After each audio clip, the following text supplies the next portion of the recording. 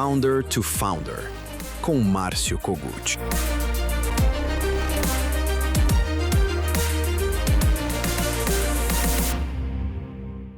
Olá, eu sou o Márcio Kogut e está começando mais um Founder to Founder aqui no programa Inovação e Negócios na Record News, Portal R7 e nas principais plataformas de streaming. O Founder to Founder é uma conversa sem filtros de quem fundou uma empresa, se dedicou, lutou, insistiu, sofreu, apanhou e quase desistiu antes de conseguir chegar até aqui. Hoje, o assunto é o que realmente gira a economia no Brasil e no mundo: o crédito. Sem crédito e sem dinheiro no bolso, nada acontece. E nesse episódio, recebo o Tabaré Gustavo. Filho de uruguaios, cresceu no Brasil e formou-se em economia pela PUC do Rio Grande do Sul. Taba, como é conhecido, foi cofundador do Grupo Plata, um dos primeiros FDICs multicedente e multissacados do Brasil, e há 5 anos fundou a UI3, uma fintech focada em infraestrutura financeira que já captou bilhões para competir e, quem sabe, até liderar a corrida pela descentralização do crédito no país. Taba, seja bem-vindo ao Founder to Founder. Muito obrigado aí pelo convite, Márcio. Um prazer estar com vocês aqui. Espero poder contribuir um pouquinho aí com a nossa história e o que a gente vem construindo pela frente. Com certeza. Esse programa, Taba, eu criei Founder to Founder, que é para realmente falar de fundador para fundador. Porque só quem chegou aqui, né, quem está olhando de fora, às vezes acha que foi fácil, né? E a gente sabe que a vida de empreendedor e vida de fundador é difícil, né? Até quando você fica grande é difícil, né? E para você chegar a se tornar grande, existem muitas etapas, muitos desafios, né? E é uma jornada muito longa. Então, antes da gente começar essa conversa, eu queria que você contasse um pouquinho a história do Taba. Quem é Taba? Qual foi a sua trajetória até chegar a fundar a UI3? Bom, legal, Márcio. Assim, a história, eu vou tentar resumir um pouquinho para não ficar muito extenso, mas são mais de 20 anos de história no mercado de crédito. Eu tive a oportunidade, vamos dizer assim, de trabalhar com um professor que foi meu pai. Meu pai trabalhou muitos anos para o Banco Safra, né? Para o José Safra, que dentro da minha concepção, aí, talvez uma das maiores escolas de crédito do país. Sim, concordo. Né? Sempre foi um dos capitães assim, de vários negócios que surgiram a nível de crédito no Brasil. E então eu herdei um pouco dessa veia Safra, né, ao longo da minha carreira. Então o pai montou a primeira operação em 95, mais ou menos, que foi uma operação de factoring na época, que não existia securitização, não existia FDIC. Então participei dessa operação muito cedo e em 2005 eu resolvi então montar junto com meu irmão e par da família a operação da Plata, né? Que foi também uma factoring. Depois a gente foi desenvolvendo a operação de factoring com a operação de securitizadora e, por conseguinte, operações de FDICs, né? Nessa época você estava já em São Paulo ou estava no Rio Grande do Sul ainda? Rio Grande do Sul. A minha história realmente começou tudo no Rio Grande do Sul, em Porto Alegre. Depois a gente cresceu os nossos negócios a nível Brasil. Então tive a oportunidade de liderar o Grupo Plata por 20 anos. Mas tudo eu aprendi fazendo, assim. Não foi nada. Eu tive a oportunidade. Eu estudei, na verdade, economia na PUC, né, como você bem falou, mas a minha escola foi na prática, barriga no balcão, indo visitar cliente, fazendo negócio, acertando e errando também, que faz parte. Acho que a gente precisa aprender muito com os erros que a gente tem no caminho. O importante é acertar mais do que errar nesse jogo. Exato. Né? E não cometer o mesmo erro, né? E não cometer o mesmo erro, né? A gente aprender com aquilo que não deu certo, a gente se aprimorar. Então, as coisas, eu diria que ao longo desses anos a gente adquiriu muita experiência no mercado de crédito e foi depois que, então, nasceu a UI3, né? Fazem 9 anos que eu vim morar em São Paulo, ainda pelo Grupo Plata, e 5 anos atrás eu acabei me desligando da operação da família e montando, então, a UI3 junto com meus irmãos. Que já iniciou como uma SCD. Que já começou com um SCD. Nós ingressamos no Banco Central com pedido de SCD, licença também de banco liquidante e licença de emissor de moeda eletrônica. São as 3 licenças que a gente tem. E aí, há 5 anos atrás, começou do zero essa operação, era Mato Alto. Que era meio pandemia, né? Começo de pandemia. Começo de pandemia. Então, foi uma ideia, eu queria muito investir em tecnologia, esse era o princípio básico assim, do negócio, investir em tecnologia e uma coisa ligada ao crédito e muito pensado nas dores que eu sentia quando eu estava do outro lado do balcão, né? Então, eu já fiz muita operação de crédito e eu sentia dores e entendia que eu podia, de alguma forma, contribuir para o mercado resolvendo essas dores com um embarcado de tecnologia, uma plataforma de crédito que pudesse, de alguma forma, alavancar negócios de pessoas que queriam ofertar crédito no mercado. Então, esse foi um pouco dos desafios no começo, né? São 20 anos, né? 20 anos de track record em crédito. Né? É isso. Começando por um modelo antigo, que era o Factor, que era, como você comentou, era o único que existia. Hoje você tem outros veículos, né? A securitização, securitizadora, que já traz uma estrutura um pouco mais robusta para você fazer a operação de crédito. Já tem as CEPs, né? Que aí já seriam sociedade de empréstimo entre pessoas, as 100 empréstimos do microempreendedor e tal, e as SCDs, aí, sociedade de crédito direto, que é o caso de vocês aí na UI3, né? Exatamente. Então, são inúmeras formas de operar crédito. No nosso lado, a gente entrega, então, infraestrutura de crédito combinado com licença bancária para empresas que efetivamente não tenham essas estruturas, né, para poder operar.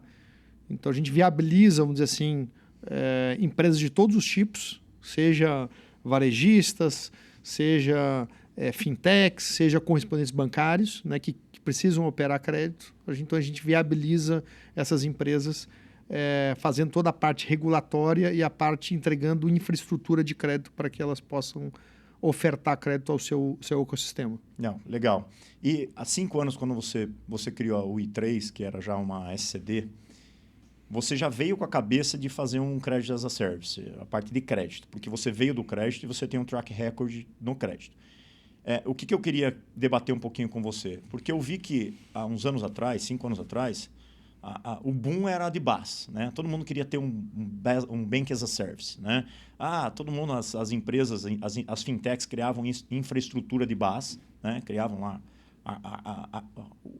a estrutura financeira para uma empresa ter um banco digital e todo mundo achava que isso ia ser, né, a virada de chave e tal. Pô, você vai ter um banco, pegava um grande magazine, uma grande loja de varejo, todo mundo falava, cara, agora você vai ter um banco, você vai mexer com dinheiro e tal. Então, todo mundo olhou para esse mercado. E, no final, viu que não era tão simples assim, né? Porque as pessoas iam ter mais um banco para cuidar, aí você tinha o custo de transferência, de TED e tal, e muitas desistiram, voltaram. E algumas fintechs que até viviam apenas de infraestrutura para BaaS, já acabaram até falindo. E existiu um movimento, de uns anos para cá, da corrida pelo Credit as a Service, né? Que é onde você está atuando agora. O que você viu assim, desses últimos 3 anos que você está lá na UI3? Porque o crescimento de vocês está sendo super rápido agora, nesses últimos momentos. O que você traz como objetivo, além do foco de vocês, além das captações que vocês fizeram, que nós vamos falar um pouquinho aqui, mas é um pouco a necessidade de crédito no país, as pessoas que estão buscando dinheiro, a população muito endividada. O que você entende, por que abriu essa oportunidade de ter uma empresa de infraestrutura de crédito como serviço? Então, Márcio, eu na verdade, sempre torci um pouco o nariz para fazer Bank as a Service e montar o banco digital para as empresas sem pensar em crédito, tá? Não, esse modelo de negócio é um modelo onde é muito difícil competir, tem muito cash burn num negócio como esse, né? Venda de milagres, né? E muito difícil de monetizar operações dessas. E o custo do cliente é muito alto, para você manter um cliente num BaaS é muito grande. Muito grande. E hoje riscos bastante grandes em relação a manter contas digitais e tudo isso, né? Invasões, o que a gente está enxergando no mercado. Então, eu realmente nunca acreditei muito no modelo Bank as a Service isolado, porque quando a gente fala Bank as a Service, né, pelo menos para mim, eu lembro da continha digital. É o cara que quer montar o white label, a continha digital. Então tem um pouco de ego também nisso, né, Márcio? O cara quer montar o banco dele. Quer dizer que tem um banco agora. O banco e tal. Então, assim, e as pessoas começaram a se dar conta que isso é só gastar dinheiro. Ou seja, é difícil tu monetizar. Então, não que a gente não possa trabalhar e fazer negócios legais com o Bank as a Service, mas tem que ter, é a lojinha para vender alguma coisa. Se você não tem produto para vender na loja, esse negócio não dá certo. Então, crédito, por exemplo, quando eu falo de crédito, eu aprendi quando era pequeno, Márcio, que o banco nasceu para emprestar dinheiro, não é para abrir conta digital. Então, quando a gente fala de BaaS, por exemplo, é a loja onde você pode embedar serviços financeiros e vender produto. A cereja do bolo, para mim, é crédito, né? Se tem crédito, o consumidor e o tomador, ele vai querer abrir a conta digital para tomar crédito, que é uma demanda grande no país. Existe uma concentração ainda, apesar dos movimentos, né, de várias tentativas, várias fintechs ingressando no mercado, ainda o mercado é muito concentrado. Os grandes bancos, eles detêm ainda mais de 70% do mercado de crédito, né? Então, o nosso papel aqui de alguma forma, ajudar o ingresso de novos participantes para o mercado de crédito, ou seja, novas ofertas, né, que tem no mercado, de alguma forma descentralizando, vamos dizer assim, o crédito, democratizando o acesso ao crédito ao consumidor. Então, quem está ganhando é o público em geral, né? Assim, é a sociedade que ganha com isso, né? Então, à medida que tem mais competição, as taxas tendem a ser um pouco mais baixas, os serviços tendem a ser melhores, então quem ganha de fato é a sociedade. Então assim, finalizando assim, eu acredito friamente de que o crédito ele é o impulsionador de qualquer negócio quando se fala de serviços financeiros, né? Existem outros serviços financeiros que são agregados, mas o principal deles, no meu ponto de vista, é o crédito. Ele que realmente resolve os problemas que existem hoje. Eu concordo com você. O Bank as a Service foi meio que um ego, uma modinha. Todo mundo queria ter um banco, mas ninguém colocava na conta o custo e a despesa que você tinha por cada usuário que ia lá e abria uma conta, né? Se uma pessoa ia lá abrir uma conta, você tinha que vender alguma coisa para ela. E muitos bancos não vendiam crédito. Eles achavam que a pessoa ia usar a conta corrente para movimentar, achavam que ia fazer TED, achavam que ia deixar um dinheiro aplicado lá, mas no final não, né? No final, a pessoa abria uma conta ali, ou porque você estava dando um cashback, que nem foi a corrida dos grandes players aí, como o PicPay, na época Ame e tal. Se ia nos restaurantes, tinha lá, abre uma conta aqui e ganha um hambúrguer, ganha um almoço.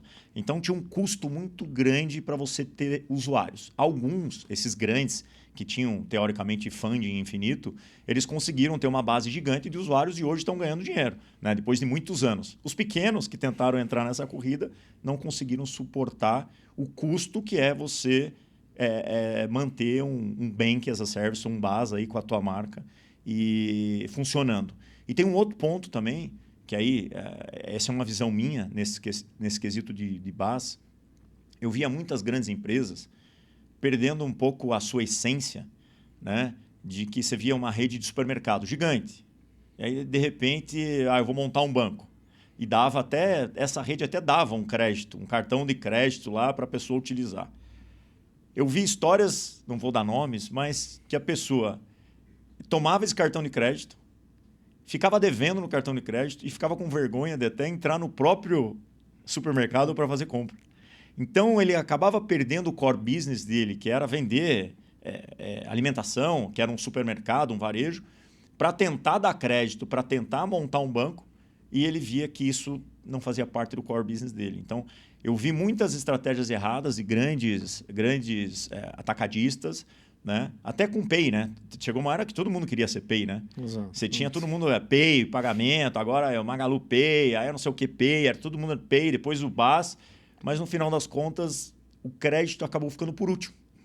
Agora que as pessoas entenderam que aonde deixa dinheiro, que paga toda essa conta é o crédito. Por isso que tem uma corrida muito grande em cima disso, né? Não, e assim, Márcio, é engraçado que houve...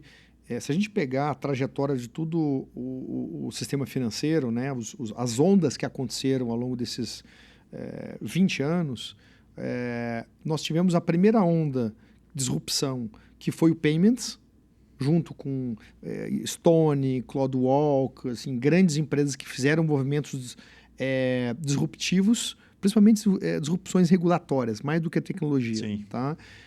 A segunda onda acabou sendo a questão dos investimentos, e aí liderada basicamente pela XP. A XP foi um case de disrupção, né, de como fazer a captura e principalmente a educação financeira para as pessoas investirem. Né?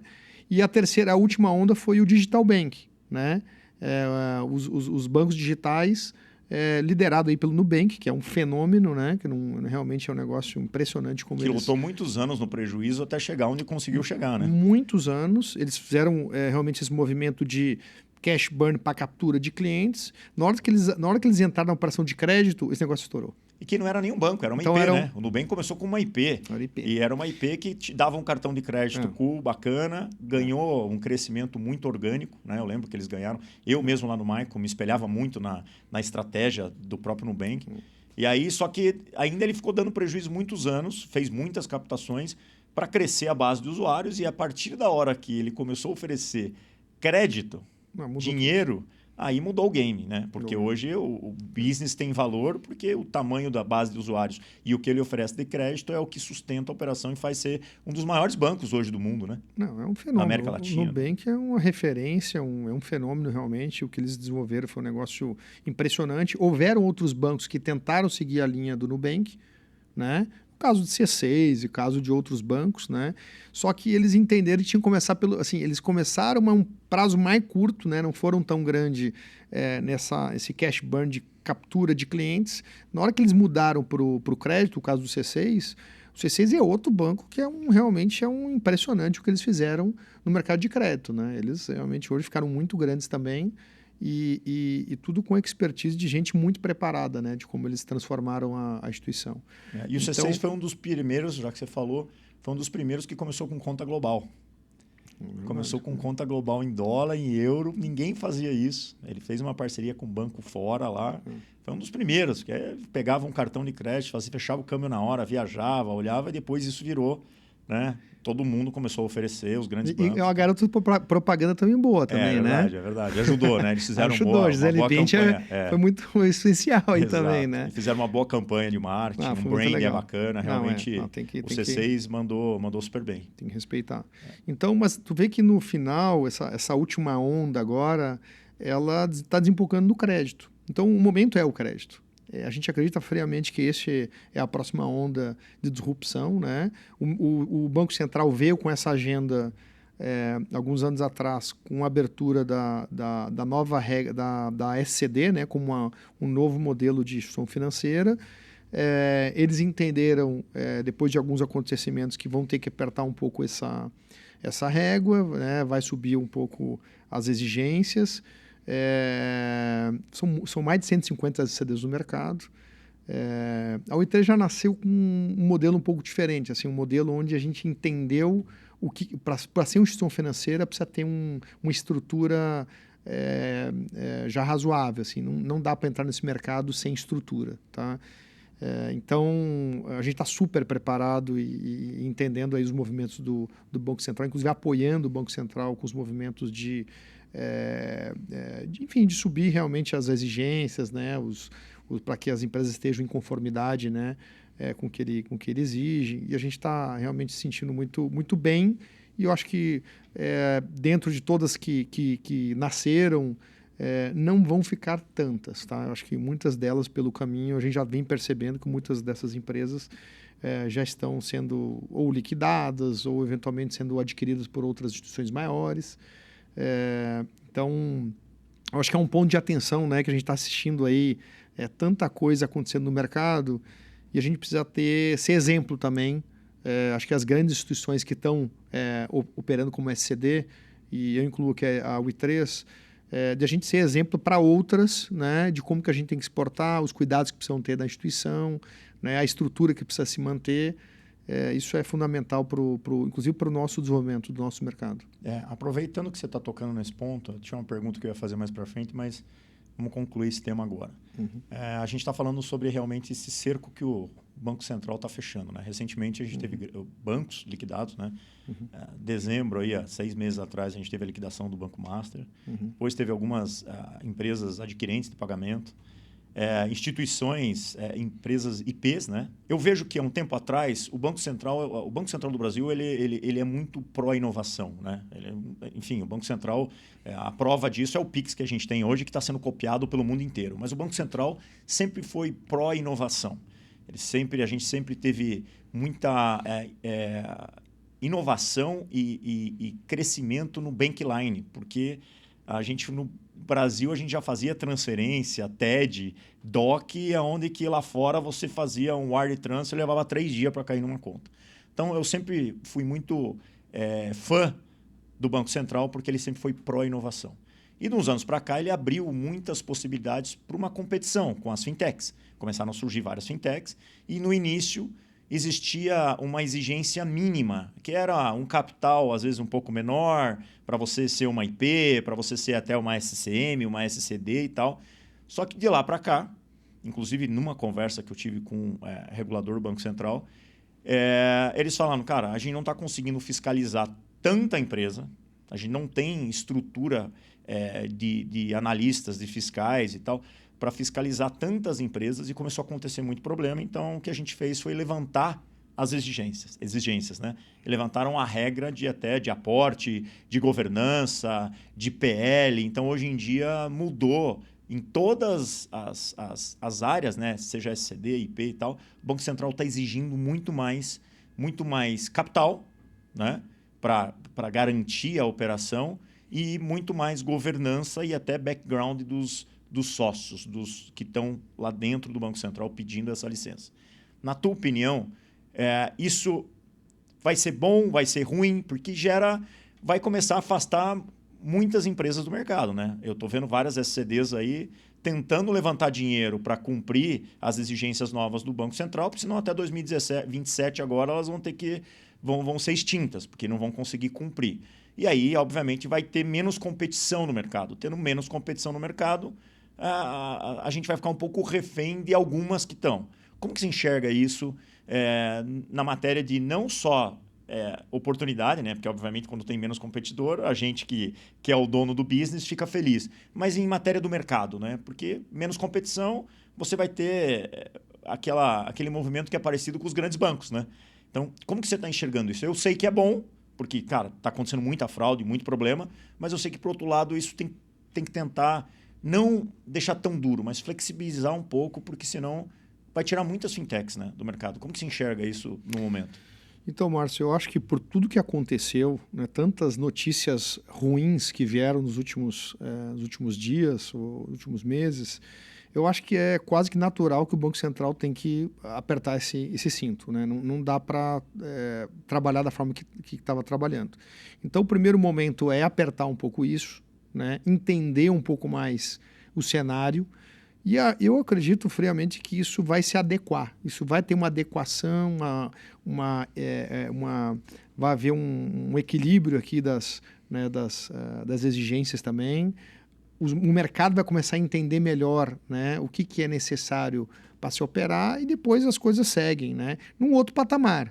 O que é importante também, porque não dá para... Assim, a questão desse movimento inicial do Banco Central, que foi muito, eu diria, talvez arrojada é a palavra, eu acho que tem que realmente colocar gente neste mercado que conheça, de alguma forma, eu já tenha trabalhado no mercado financeiro. O que não dá é para a gente entrar nesse mercado que nunca tenha trabalhado no mercado financeiro.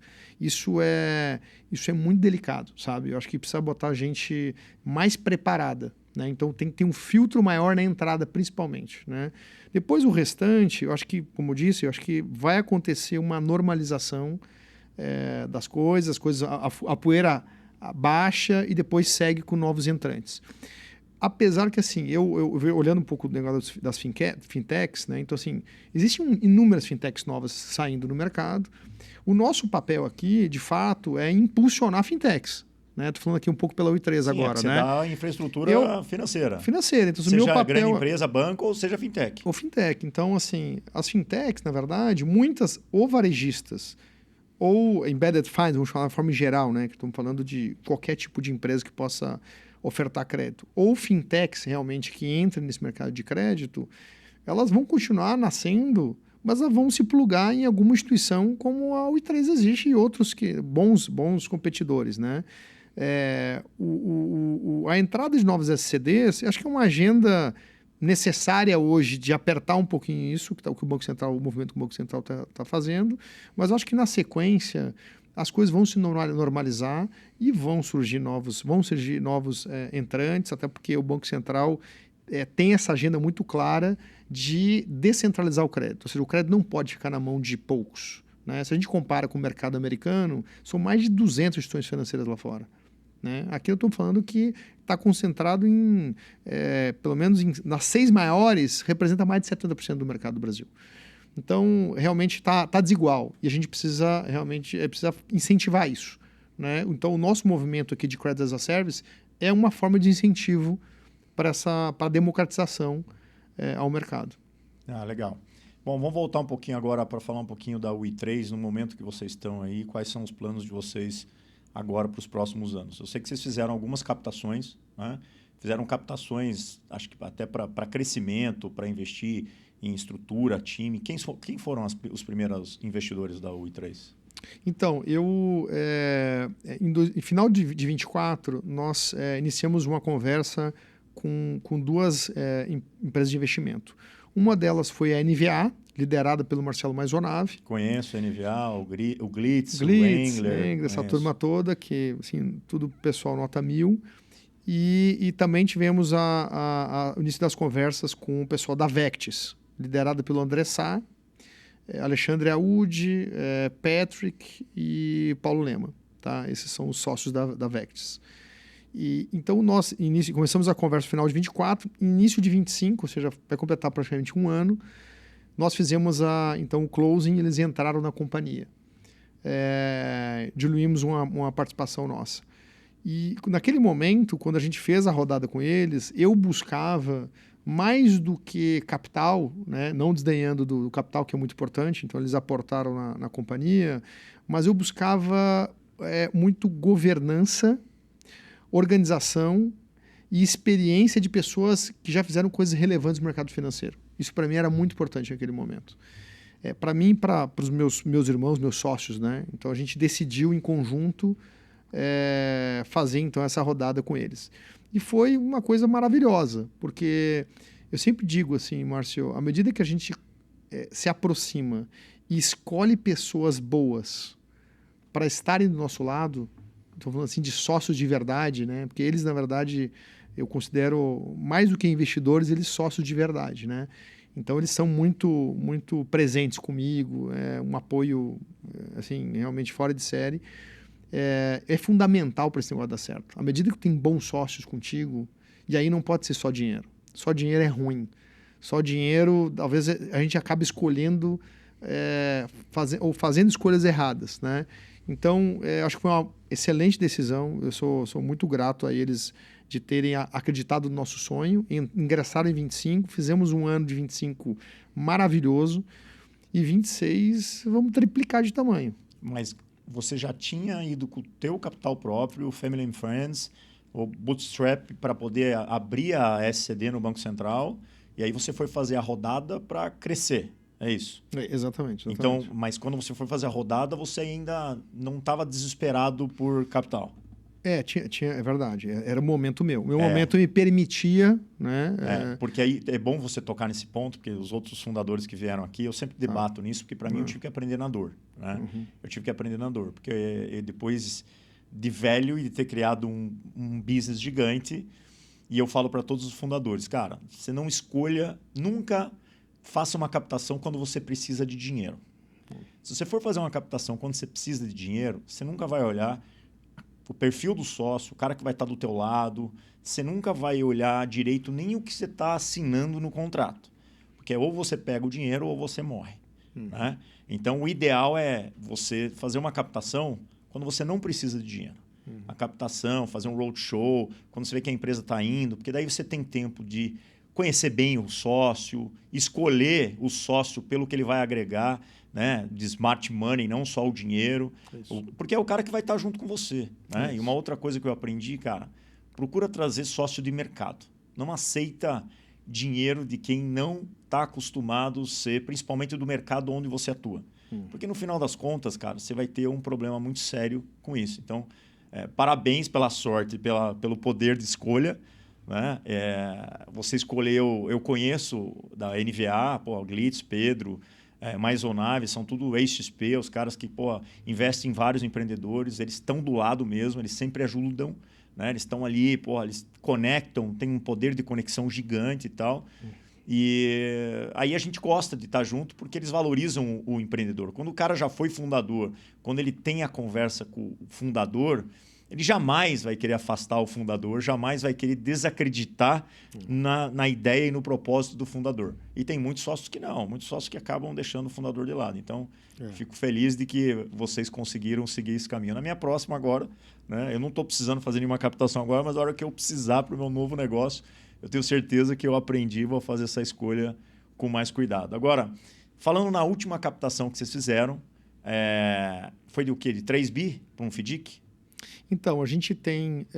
aí, assim, então, do lado do equity, entraram, então, os sócios, né? Aqui. Que entraram no cap table da companhia, estão lá e tal. E aí, do outro lado, na verdade, o que nós enxergamos? Tá? Enxergamos aqui uma fraqueza no mercado.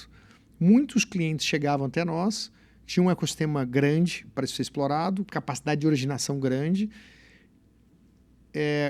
contratava os nossos serviços de Credit as a Service, né? E apertava a minha mão, assinava o contrato, cruzava a rua, agora vou na Faria Lima montar meu fundo. Ia lá para o mercado, né? Mercado de capitais, tentar captar recursos e estruturação de um fundo. Se ele não tem dinheiro, não adianta ele nem querer oferecer crédito, ele precisa ter o dinheiro. Então, o que aconteceu? Eu escutei uma vez, 2 vezes, 3 vezes. Chegou um momento, falei, calma aí, eu estou investindo em tecnologia há 5 anos, mas essa parte de estruturação de fundo, conversa com o mercado de capitais, estruturação de tese, isso eu fiz há 20 anos. Então eu estava abrindo mão, 20 anos da minha experiência deste mercado e atuando só do lado como infra. Então eu tomei uma decisão de montar dentro da UI3 um setor de DCM, onde a gente ajuda e assessora os nossos parceiros a estruturar fundo e conectar com o mercado de capitais para que o mercado de capitais possa alocar os recursos deles nos fundos desses parceiros. Então, sim, essa é a tese. A gente resolveu um problema que o problema é funding. Que é a gasolina do teu negócio. E assim, não adianta a gente criar grandes expertise disso, AI e tudo isso. Tecnologia se você não tem gasolina. Se não tem o dinheiro. Tem que ter o capital, de fato, para escoar para as teses que a gente acredita ali junto com o parceiro, né? Então, a gente criou esse setor que foi muito bem recebido, né, pelos clientes e pelo mercado de capitais, onde, de alguma forma, a gente aproxima as partes e dá segurança também para todo mundo, né? Porque, afinal de contas, as operações de crédito passam dentro da nossa estrutura, a gente processa todas essas dívidas dentro da nossa infra e cede essas operações para algum fundo que está conectado em alguma DTVM, alguma securitizadora do mercado. É que o fundo, na verdade, ele precisa achar também parceiros como a UI3, né, que fazem toda a esteira, que fazem todo o processo, tem a infraestrutura, porque para eles é seguro isso, porque está sendo validado um processo de um crédito, e para você precisa crescer o teu negócio com funding. Se você não tem funding, e quem vai lá e contrata a tua infraestrutura, uma fintech que vai lá e contrata a tua infraestrutura, ela vai começar a escalar o negócio e vai ter que sair atrás de dinheiro. Então, é mais fácil ela pegar o teu apoio para isso, né? É isso. Então, assim, a gente quer... Então, quando a gente falando dessa captação, essa na verdade, não é para o I3, a captação é para o nosso parceiro. Essa é a nossa cabeça. É assim, então estão chegando e a gente está estruturando operações para correspondentes bancários, grandes varejistas, né, universidades, clínicas, odontológicas, médicas. Então, assim, são diversos setores que querem, de alguma forma, ofertar crédito no seu ecossistema, né? E eles precisam da cadeia toda. Então, quando a gente fala de crédito, desde do início lá da originação, né? De uma simulação de uma operação, de todo o processo de funding, né? Então, bancarização disso e funding para a operação, e depois cobrança, né? Porque também não adianta a gente emprestar e não receber. Sim. Então, a gente tem do nosso lado também uma estrutura toda de gestão de carteira, emissão das cobranças, né? Que é o que dá trabalho e o fundo cobra isso e o fundo precisa, né? Porque ele vai colocar o dinheiro ali num crédito que você vai dar a longo prazo, você vai ter que dar segurança para o fundo que ele vai receber, né? Que você vai receber e ele vai receber, né? Então, essa nossa tese assim, é entregar quase que o one-stop shop do crédito, onde a gente faz toda a cadeia as a service para os nossos clientes e resolve essa questão também do funding, que é essencial para não só a entrada, mas desenvolvimento, né, das operações. Não, legal. Hoje a gente tem mais ou menos umas 1.500 fintechs, sendo que acho que 250, uma média de 250 são fintechs de crédito, né? Microcrédito, crédito consignado, crédito do trabalhador e tal, e essas precisam de infraestrutura e precisam de dinheiro, né? Algumas conseguem ir sozinho com seus próprios, como você falou, seu próprio funding, a sua securitizadora, o seu FDIC lá e tal. Isso. Mas para crescer uma operação, você depende de capital intensivo. E capital intensivo, se você tiver um bom parceiro, você consegue até captar um dinheiro a um juro até mais baixo para você ter uma rentabilidade um pouco até maior do que você teria, né? Se você não tem um parceiro. Exato. Nosso objetivo é tentar trazer nossa experiência com o mercado de capitais e o nosso background, né, de todos esses anos, né, o track record que a gente tem, para que o nosso parceiro se utilize disso também. Porque a primeira captação, Márcio, a gente sabe, tu super experiente nesse mercado, a primeira captação é a mais cara. Então, à medida que ele consegue usar a UI3 como mais um parceiro de se apresentar ao mercado de capitais para captar esse dinheiro, esse funding vem mais barato na largada. Sim. E isso é essencial. Ele não precisa ter feito nada, só precisa estar validado o processo, estar seguindo todas as normas, todo o QRC, validando totalmente a operação de crédito, mas se ele fosse sozinho ao mercado, ele não ia ter a confiança que a UI3 vai ajudar ele ter para captar um dinheiro mais barato. Né? Isso a gente fala de credibilidade, né? Porque é isso, a gente construiu essa credibilidade durante muitos anos e a gente quer, de alguma forma, incentivar o nosso parceiro através de toda essa construção que a gente adquiriu, né? Essa credibilidade que a gente adquiriu ao longo desses anos, tentando trazer recursos mais acessíveis, que a gente sabe que isso é importante, porque à medida que o recurso vem mais acessível também para a fintech vai ter possibilidade de entregar uma taxa um pouco mais barata na ponta também, né? Então é uma cadeia isso, né? Se a captação dele é cara, a taxa vai ser mais cara lá na ponta. Então tudo tem um lado também social nisso, sabe? Não é simplesmente fazer para ajudar. Tem um lado realmente importante aqui que é viabilizar os negócios. Sim. Agora, diga uma coisa. Nesse momento da UI3, vocês agora vocês foram ao mercado justamente pela tua experiência com crédito.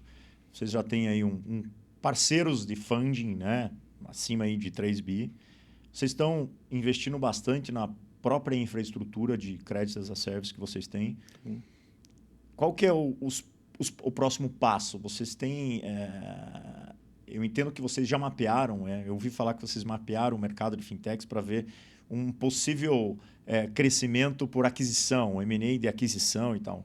Então, o que você enxerga hoje que na UI3 lá seria melhor vocês adquirirem alguma infraestrutura, alguma fintech que tenha algo que você ia começar a desenvolver nessa tua tese de ser o one-stop shop ali de crédito, ou você tem a filosofia de desenvolver do zero? Porque eu vejo que muitas empresas, no momento que estão, elas começam a crescer por aquisição, né? Começam a trazer uma ou outra fintech aqui, cara, você é bom nisso aqui, você resolve, você tem uma autocontratação de AI aqui, até eu desenvolver isso, não, vem para cá, e você consegue crescer mais rápido. Qual que é o plano agora de você, teus irmãos, teus sócios, nesse crescimento aí de aquisição? Porque dinheiro vocês já não estão precisando mais, né? Já estão com o caixa bom para poder emprestar.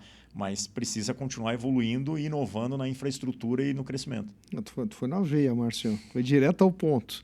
A gente completa 5 anos esse ano, tá? A 83 completa. Então, nós somos uma criança ainda, né? Um bebezinho que está ainda Parabéns, pô, 5 nascendo. anos vocês já Muito fizeram, já jovem. estão fazendo muita coisa. É que a gente fala 5 anos, só antes de você continuar, fala 5 anos, mas é que nem quando eu fundei o Maicon, que eu vendi 6 bi em consórcio num chatbot.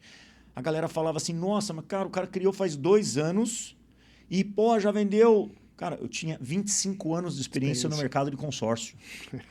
O primeiro e-commerce de consórcio que eu fiz foi em 2001. Eu tentei vender consórcio online em 2001 para uma administradora de consórcio. Em 2020, eu fui conseguir vender digital, depois de 20 anos. Aí é aquela história, você está falando, ela é nova, tem 5 anos, beleza. A empresa ela é nova, mas pô, você traz uma bagagem de mais de 20 anos de crédito, né? Então é por isso que os teus investidores, os teus sócios estão do teu lado, porque o que vale muito é o track record, porque tecnologia por tecnologia... Taba, hoje em dia, com AI, é completamente diferente do que era antes, cara. Eu levava meses, anos desenvolvendo uma plataforma que hoje, com Vibe Code, com 5, 6 plataformas de AI aí, 3, 4 programadores bons, cara, você levanta qualquer tipo de infraestrutura. Né? Então, você está falando que ela tem 5 anos. Eu acho que ela tem experiência e um track record de 25, mas vamos lá.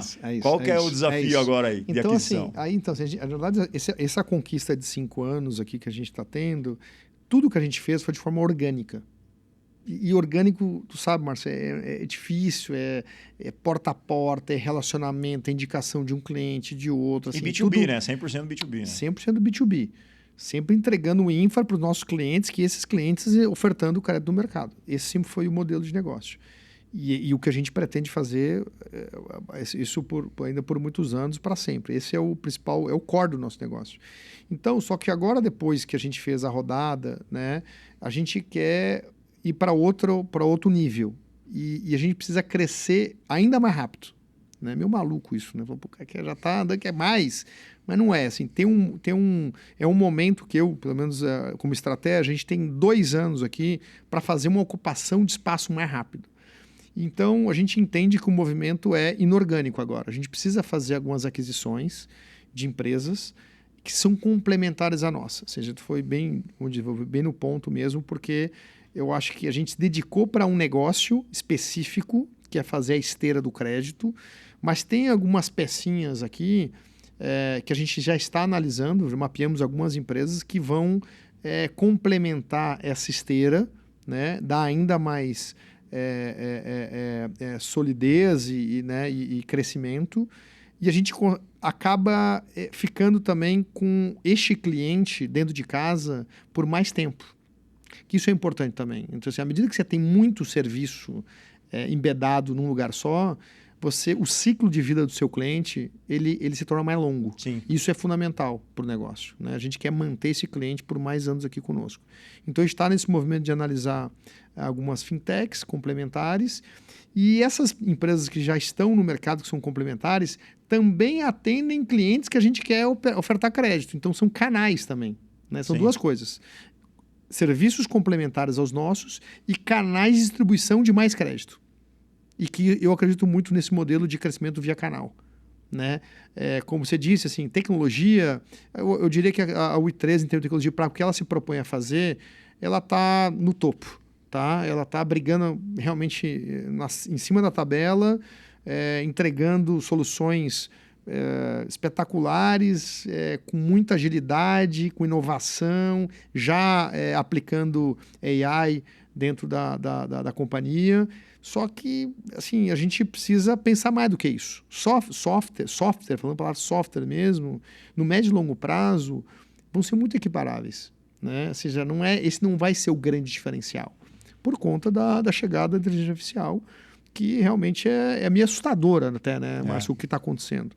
Mas, então, por isso que o posicionamento e o canal, isso vale muito dinheiro. E a diferenciação, né? E diferenciação. Então, assim, então por isso que a gente está se movimentando nesse caminho de ocupar alguns espaços, que isso, com certeza, a gente vai ter um sucesso grande aí no médio e longo prazo. E o momento de conciliação e o momento de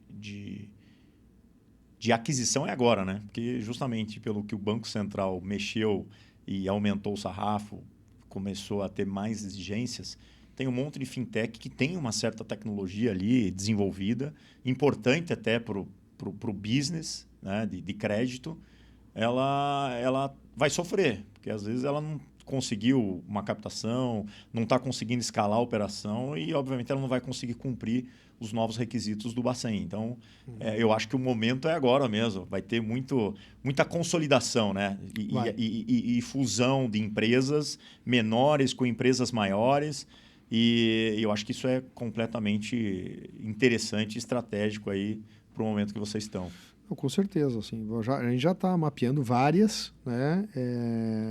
Vai ter consolidação de mercado, não vai existir esse número de SCDs ou IPs no mercado, né, pelas novas exigências.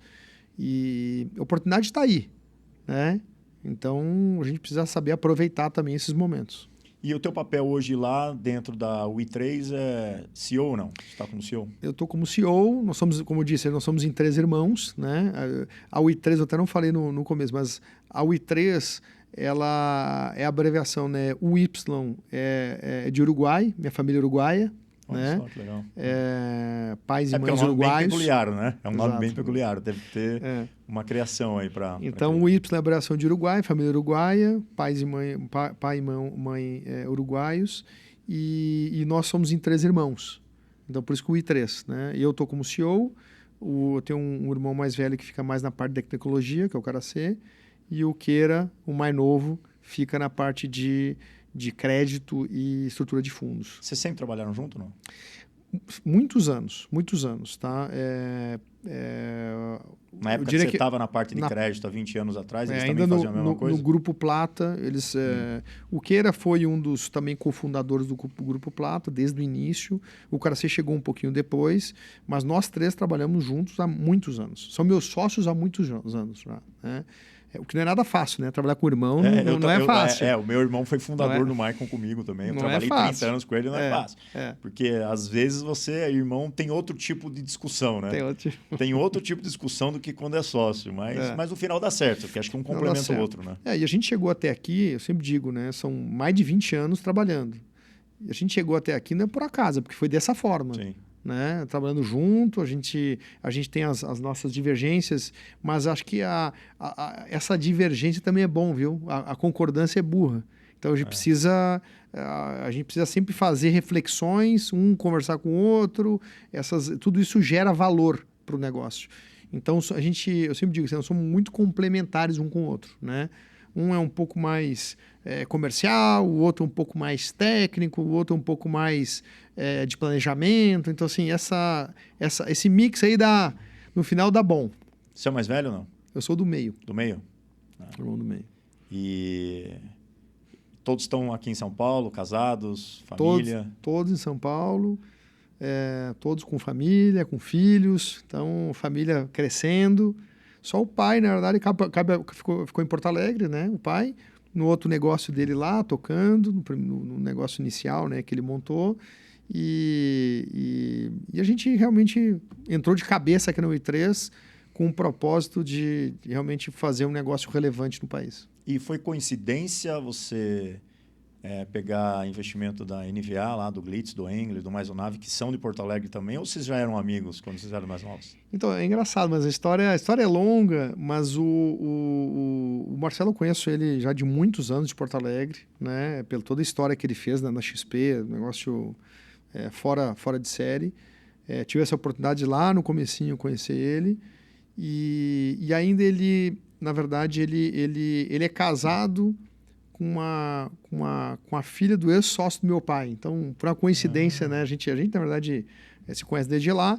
E aí, acabei cruzando com ele em São Paulo, depois de tantos anos, né? E aí, num determinado almoço, que a gente estava junto, comentei para ele o que eu estava fazendo. Ele falou, então, segunda-feira eu estou indo lá no teu escritório para conversar contigo. Eu falei, vamos lá, vamos sentar e vamos conversar. E é uma pessoa também maravilhosa, um cara fora de série, um cara muito, muito sério, muito íntegro, assim, que tem nos ajudado muito, né, pelo profissional que é. Legal, bacana conhecer e saber que vocês eram amigos, depois agora se tornaram sócios, né? Investidores que acabaram se tornando sócios. Taba, a gente está chegando no final do programa.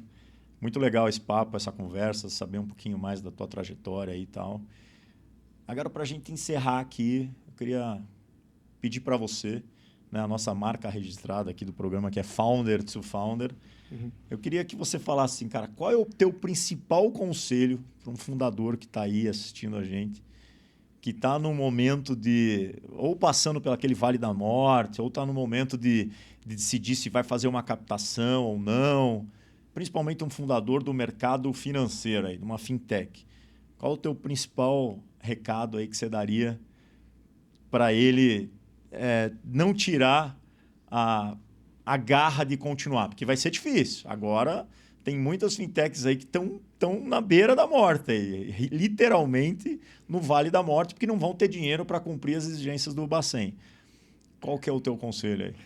Então, assim, eu sempre digo assim, empresário nesse país tem que tomar risco. Começa por aí. Assim, ninguém vai fazer negócio e montar coisas relevantes sem tomar risco. Agora, precisa tomar cuidado também de não, como a gente estava falando no começo, de se associar a pessoas erradas. Então, o principal conselho é escolha pessoas certas para ter do lado. À medida que a gente tem pessoas certas do lado, seja executivos, seja sócios, sejam parceiros, a gente se permite até errar num contrato. Porque se a gente tem pessoas boas do lado, depois a gente se arruma, a gente se ajeita, as coisas andam bem. Ao contrário, é verdadeiro. Se você escolhe pessoas erradas, por melhor que seja o contrato, não vai dar certo. Então, acho que o princípio de tudo é resiliência, porque vai ouvir muito não na vida, né? Então, assim, como todos nós ouvimos, né? Então, tantas coisas que eu tentei fazer e não desistir com resiliência e, né, ir lá realmente apostando, acreditando no sonho. Mas eu acho que se a gente escolher as pessoas certas, porque a gente não constrói nada sozinho, a gente constrói com pessoas. Se a gente tiver essa escolha das pessoas certas, o negócio vai dar certo. Então, acho que esse eu diria que é o principal conselho que eu daria. Ah, legal. E qual que é o tamanho hoje da UI3? Qual que é o tamanho do time de vocês lá? Nós somos hoje 110 pessoas, mais ou menos. Então, você tem... no total. Você tem... Legal.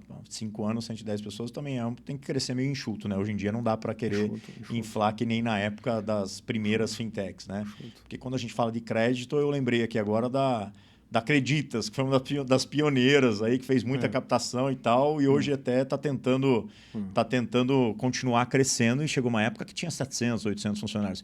E acaba sendo um mal isso, eu vejo, dependendo do sócio. Voltando para a palavra do sócio que você pega, às vezes o sócio que você pega, ele coloca dinheiro e fala, cara, você tem que crescer, você tem que crescer. E aí, nessa pressão de você tem que crescer, você acaba investindo e aplicando o dinheiro da forma errada. Então, o sócio certo, ele até ajuda você a saber aonde investir e de que forma que você vai crescer. Porque hoje você tem que crescer sustentável.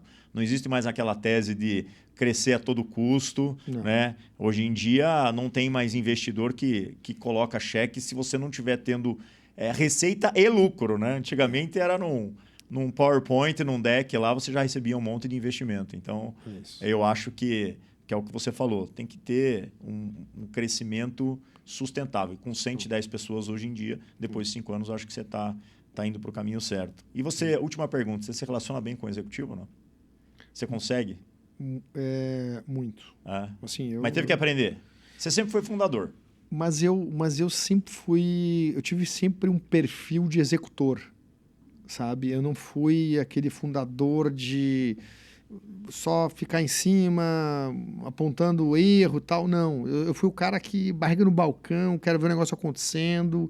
Se precisar ir lá sentar para o cliente, vamos sentar com o cliente. Precisar servir o cafezinho, servir o cafezinho. Vai dar de zero, viu, Márcio?